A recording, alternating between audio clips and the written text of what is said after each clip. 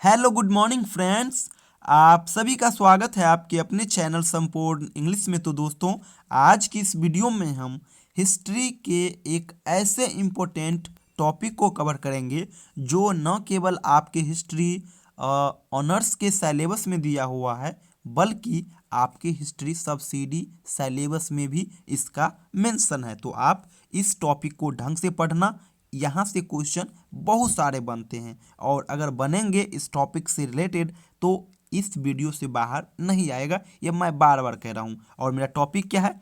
तो टॉपिक मेरा है दोस्तों मगध राज का उत्कर्ष। यहाँ से बहुत सारे क्वेश्चन बनते हैं कि मगध का सबसे प्राचीन राजधानी कहाँ थी, इसको फिर बाद में कहाँ ट्रांसफॉर्म किया गया, उसके बाद बिंबिसार कौन था, अजात शत्रु कौन था, कुनिक कौन था, उसके बाद उदयन कौन था, हर्यक वंश का अंतिम राजा कौन हुए, और ये शिशुनाग कौन हुए। और ये सारा जितना भी मैं आपको अभी नाम बताया हूँ, ये सारा मगध राज्य से ही संबंध है। मगध राज्य का उत्कर्ष इसी टॉपिक से संबंधित है और यहाँ से मैक्सिमम क्वेश्चन बनते हैं, है ना। तो चलिए मैं सभी को one by one topic wise आपको यहाँ पे कवर कराता हूँ, पॉइंट वाइज आपको बताता हूँ। और याद रखना क्वेश्चन यहीं से आएगा, यहाँ पे पॉइंट वाइज मैं आपको बताऊँगा, लेकिन आपके एग्जामिनेशन में किन्हीं प्रकार का क्वेश्चन आएगा, ऑब्जेक्टिव आएगा, तो डरने की बात नहीं है। मैं आपको यहाँ पे आइडिया देती चलूँगा। जैसे देखिए, पहला लाइन से ऑब्जेक्टिव आपको आएगा, आपके पास प्रश्न आएगा कि मगध के सबसे प्राचीन वंश के संस्थापक कौन था।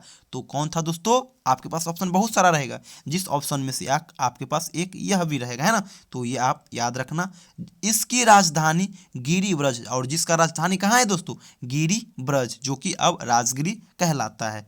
और जरासंध, जरासंध जो है कौन था? तो वो वृषद्रथ का पुत्र था। किसका? वृषद्रथ का। और वृषद्रथ कौन है? तो मगध के सबसे प्राचीन वंश के संस्थापक। तो ये लाइन आपने समझ लिया। चलिए आगे चलते हैं। अगला लाइन बोल रहा है हर्यक वंश के संस्थापक बिंबिसार मगध की गद्दी पर 540 ईसा पूर्व बैठा। तो यानी कि सबसे पहला प्रश्न आ सकता है कि हर्यक वंश के संस्थापक कौन थे। तो हर्यक वंश के संस्थापक कौन थे दोस्तों? तो ये बिंबिसार थे। और पूछेगा कि बिंबिसार हर्यक वंश के जो संस्थापक थे वो मगध की राजगद्दी पर कितने ईस्वी में बैठा? तो वो 540 ईसा पूर्व में बैठा। और ये जो है ना स्टेटमेंट, ये बौद्ध ग्रंथ के अनुसार दिया गया है। वह बौद्ध धर्म का अनुयायी था, है ना। क्वेश्चन पूछा जाएगा कि बिंबिसार किस धर्म का अनुयायी था? तो दोस्तों बौद्ध धर्म का अनुयायी था। कौन? बिंबिसार। ये भी ऑब्जेक्टिव कई बार आ चुका है। चलते हैं अगला प्रश्न पे। बिंबिसार ने ब्रह्मदत्त को हराकर अंगराज को मगध में मिला लिया। क्वेश्चन आएगा कि बिंबिसार ने किसको हराकर अंगराज को मगध में मिला लिया? तो ब्रह्मदत्त को, है ना। ये भी प्रश्न आ सकता है कि बिंबिसार ने ब्रह्मदत्त को हराकर किस राज को मगध में मिला लिया? तो अंगराज को। याद रखना आप, यहाँ से दो ही ऑब्जेक्टिव बनेंगे। चलते हैं अगला लाइन पे। अगला लाइन बोल रहा है दोस्तों बिंबिसार ने राजगृह का निर्माण कर उसे अपनी राजधानी बनाया। क्वेश्चन आएगा कि कौन सा शासक है जो राजगृह का निर्माण कर अपना राजधानी उसे बनाया? तो कौन हो जाएगा? बिंबिसार। चलते हैं अगला पे। बिंबिसार ने मगध पर करीब 52 वर्षों तक शासन किया। आ सकता है कि कौन ऐसा शासक है जिन्होंने मगध पर लगातार 52 वर्षों तक शासन किया? तो कौन हो जाएगा? बिंबिसार। चलते हैं अगले प्रश्न पे। महात्मा बुद्ध की सेवा में बिंबिसार ने राजवैद्य जीवक को भेजा। ये याद रखना। अवंती के राजा प्रघोत जब पांडु रोग से ग्रसित थे, उस समय भी बिंबिसार ने जीवक को उनकी सेवा शुश्रूषा के लिए भेजा, है ना। तो ये लाइन भी आप ढंग से याद रखिएगा। किसको भेजा? किस राजवैद्य को? तो जीवक से। पूछेगा कि जीवक जो है राजवैद्य, ये किन से संबंधित है? तो किन से हो जाएगा? बिंबिसार से। ये क्वेश्चन आ चुका है। चलते हैं अगले प्रश्न पे। अगला जो लाइन है दोस्तों ये बहुत इंपॉर्टेंट है, यहाँ से बहुत सारे क्वेश्चन बनते हैं। बिंबिसार ने वैवाहिक संबंध स्थापित कर अपने साम्राज्य का विस्तार किया। कहने का ये अर्थ कि इन बिंबिसार ने बहुत सारे शादी किया और उन्हीं से शादी किया जिसके पास ये जमीन है ना, ये बहुत ज़्यादा हुआ करता था। उनसे शादी करके और दहेज में वो जमीन का ही भाग लिया करते थे, है ना। यहाँ पर मेंशन है, आप देखेंगे। इसने कौशल नरेश प्रसेनजीत की बहन महाकौशला से वैशाली के चेटक की पुत्री चेलना से तथा मध्य देश यानी आधुनिक पंजाब की राजकुमारी क्षेमा से शादी की, है ना। देखिए यहाँ पे 3 शादी का यहाँ पे मेंशन है। पूछा जाएगा कि इनमें से कौन बिंबिसार की पत्नी नहीं है, तो आप याद रखना कौन कौन है। महाकोशला एक है, एक क्षेमा और एक चेलना है ना, ये आप याद रखना। चलते हैं अगला पॉइंट पे। बिंबिसार की हत्या उसके पुत्र अजातशत्रु ने कर दी और वह 493 ईसा पूर्व में मगध की राजगद्दी पर बैठ गया, है ना। यानी कि पूछा जाएगा कि अजातशत्रु कौन थे, तो बिंबिसार के पुत्र थे। ये भी पूछा जाएगा कि बिंबिसार की हत्या किसने की, तो अजातशत्रु जो कि उनका पुत्र था, है ना। और अजातशत्रु का भी हत्या करता है उनका पुत्र कौन, तो उनका पुत्र करता है उदाइन, है ना। वो हम आगे पढ़ेंगे। चलते हैं अब आगे। अजातशत्रु का उपनाम कुनिक था, है ना। ये प्रश्न आया हुआ है कि अजातशत्रु का दूसरा नाम क्या है, उपनाम क्या है, तो कुनिक है, ये याद रखना। अजातशत्रु ने 32 वर्षों तक मगध पर शासन किया, ये आप याद रखना।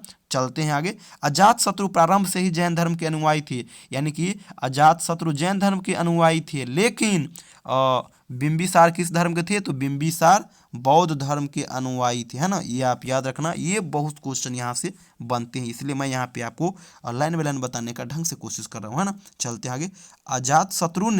अजातशत्रु के सुयोग मंत्री का नाम वर्षकार था। इसी की सहायता से अजातशत्रु ने वैशाली पर विजय प्राप्त की। पूछा जाएगा कि सुयोग मंत्री कौन है अजातशत्रु का, तो कौन हो जाएंगे, वर्षकार, है ना। अजातशत्रु की हत्या उसके पुत्र उदायन ने 461 ईसा पूर्व में कर दी और वह मगध की राजगद्दी पर बैठ गए, यानी कि बिंबिसार का हत्या उनका पुत्र अजातशत्रु ने किया और अजातशत्रु का हत्या उनका पुत्र उदायन ने किया। याद रखना, इसका हत्या इनका बेटा और इनका बेटा उनका हत्या, ये तीनों का ये आप रिलेशन याद रखना। चलते हैं आगे।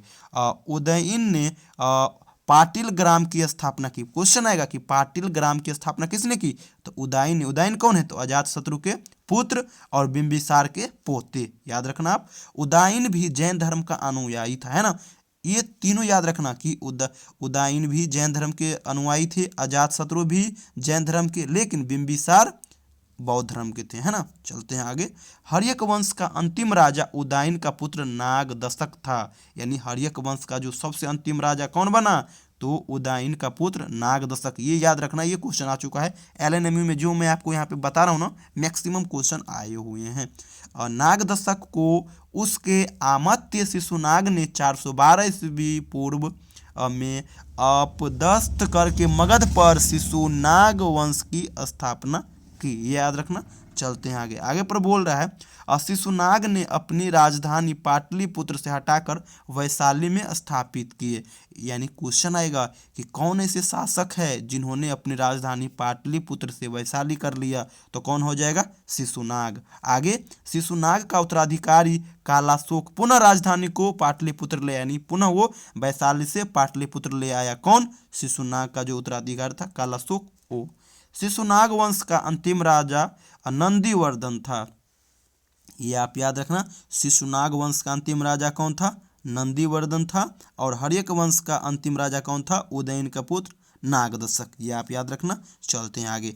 नंद वंश का संस्थापक महापदनंद था, ये आप याद रखना। चलते हैं आगे। नंद वंश का अंतिम शासक धनानंद था, है ना, ये आप याद रखना। यह सिकंदर का समकालीन था। इसे चंद्रगुप्त मौर्य ने युद्ध में पराजित किया और मगध पर एक नए वंश मौर्य वंश की स्थापना की। तो दोस्तों, ये था मगध राज के उत्कर्ष, मेरा एक टॉपिक, और इससे रिलेटेड कुछ इंपॉर्टेंट क्वेश्चन यहाँ से देख रहे हैं ना आप। यहाँ पे तो लाइन मुश्किल से 15 से 20 लाइन है, लेकिन ऑब्जेक्टिव यहाँ से सैकड़ों के तादाद में यहाँ से ऑब्जेक्टिव प्रश्न बन सकते हैं। और मैं आपको बताया भी कि किस प्रकार से ऑब्जेक्टिव प्रश्न बन सकते हैं, और यही प्रकार से आएगा ही, जो मैं आपको बताया हूँ इसी प्रकार से प्रश्न आएंगे। और ये देखना आप, एग्ज़ाम जब होगा मैं क्वेश्चन पेपर का एनालिसिस करूँगा तो क्वेश्चन आपको इसी प्रकार से देखने को मिलेगा। और मैं बार बार बोल रहा हूँ कि मैं वीडियो सारा ऑथेंटिक वीडियो बना रहा हूँ, जो एलएनएमयू से रिलेटेड है वही बना रहा हूँ। और इससे पहले दोस्तों मैं 4 वीडियो और बना चुका हूँ हिस्ट्री पे, तो आप उसको भी देखना और अपने प्रिपरेशन को और बेहतर करना। तो दोस्तों, आज की वीडियो को यहीं पे समाप्त करते हैं। मिलते हैं आप लोगों से हिस्ट्री के सिलसिले के 5वें वीडियो में। तब तक के लिए थैंक यू सो मच।